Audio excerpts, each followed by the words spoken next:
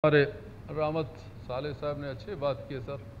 आपका भी ताल्लुक़ जनाब स्पीकर साहब चमन बॉर्डर से है। पता नहीं सर, चमन हो, चागे हो, वाशुक, पंजगूर, तुरबत, ग्वादर, ये सारा है बॉर्डर इस लोगों ने क्लोज़ किया हुआ है। पता नहीं ये बॉर्डर क्लोज़ करने के लिए चले गवर्नमेंट स्टेट अगर बॉर्डर को बंद करना चाहता है, अल्टरनेट आवाम को आप क्या दे सकते हैं? कोई एक कारोबार, कोई बिजनेस, कम से कम आप एक रास्ता बंद कर रहे हैं, आवाम के लिए कोई रास्ता तो खोल दें।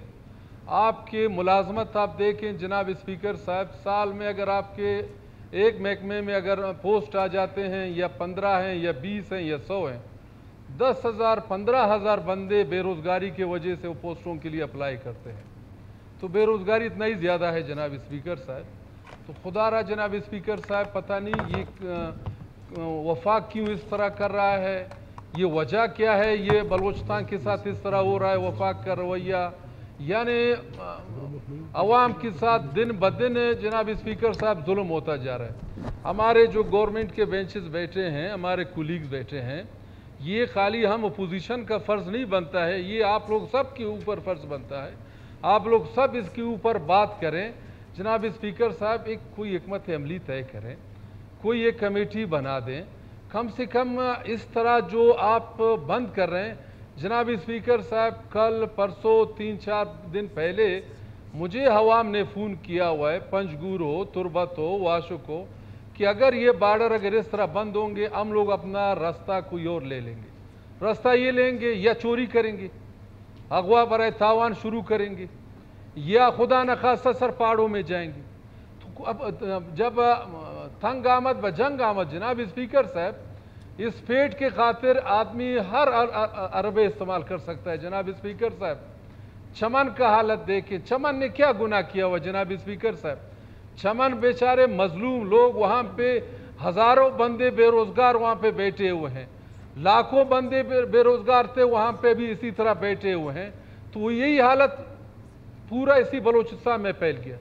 जनाब स्पीकर साहब, हमारे गवर्नमेंट बैठे हैं, अब चीफ मिनिस्टर साहब, आज चीफ मिनिस्टर साहब यहाँ पे नहीं हैं, अगर हो जाते हम उसको भी ये अपील करना चाहते हैं कि वो प्राइम मिनिस्टर से बात करें, बलोचिस्तान कोर कमांडर से बात करें, IGFC साउथ है, नॉर्थ है, उससे बात करें कि खुदारा हम पार्लियामेंट यहाँ पे बैठे हैं, हम खुदा न खास्ता बलोचिस्तान के दुश्मन नहीं है, आप बलोचिस्तान के अवाम के खातिर कोई अल्टरनेट, कोई रास्ता तो खोलें।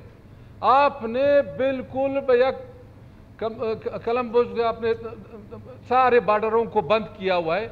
मेरे ख्याल से जनाब स्पीकर साहब, अगर इस तरह बॉर्डर बंद किया हुआ है, मेहरबानी करें सर, ये जो मिसाइल हम लोगों ने पाकिस्तान ने बनाया हुआ है, ये मिसाइल इसी बलोचिस्तान में सर मारे, पूरा बलोचिस्तान के अवाम को ख़त्म करें, ज़रूरत नहीं है इसका। यही जो एटमी धमाका है जो हम लोगों ने रास्को में किया हुआ है, तो इस बॉर्डर के बंद, इसी एटमी धमाके को पूरा ये 7-8 बॉर्डरों पे इसको फेंको, अवाम सारे ख़त्म हो जाएंगे, आपके भी जान छूट जाएगा, हम लोगों का भी जान छूट जाएगा, ख़त्म, इन्ना लिल्लाहि व इन्ना इलैहि राजिऊन, सब जाएंगे अल्लाह के पास जाएंगे।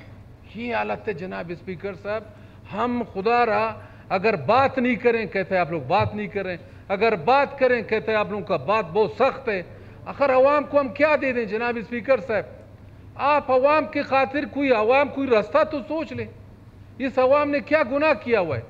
दुबई ये नहीं जा सकते हैं, कतर ये नहीं जा सकते हैं, जैसा हमारे रामत साले ने बात किया जनाब स्पीकर साहब, ईरान हो, कई और कंट्री हो, कतर हो, दुबई हो, वहाँ पे जब बच्चा पैदा होता है उसी दिन उसका सैलरी, गाड़ी, बंगला उसी गवर्नमेंट उसके लिए रख लेते।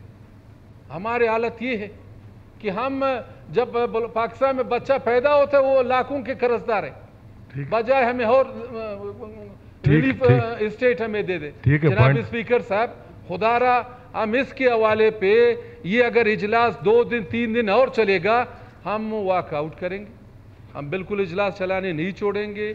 यहाँ पे हमारे पीपल्स पार्टी भी बैठे हैं, नून भी बैठे हैं, हमारे बाप पार्टी है, बाकी NP वगैरह नहीं बैठे हैं।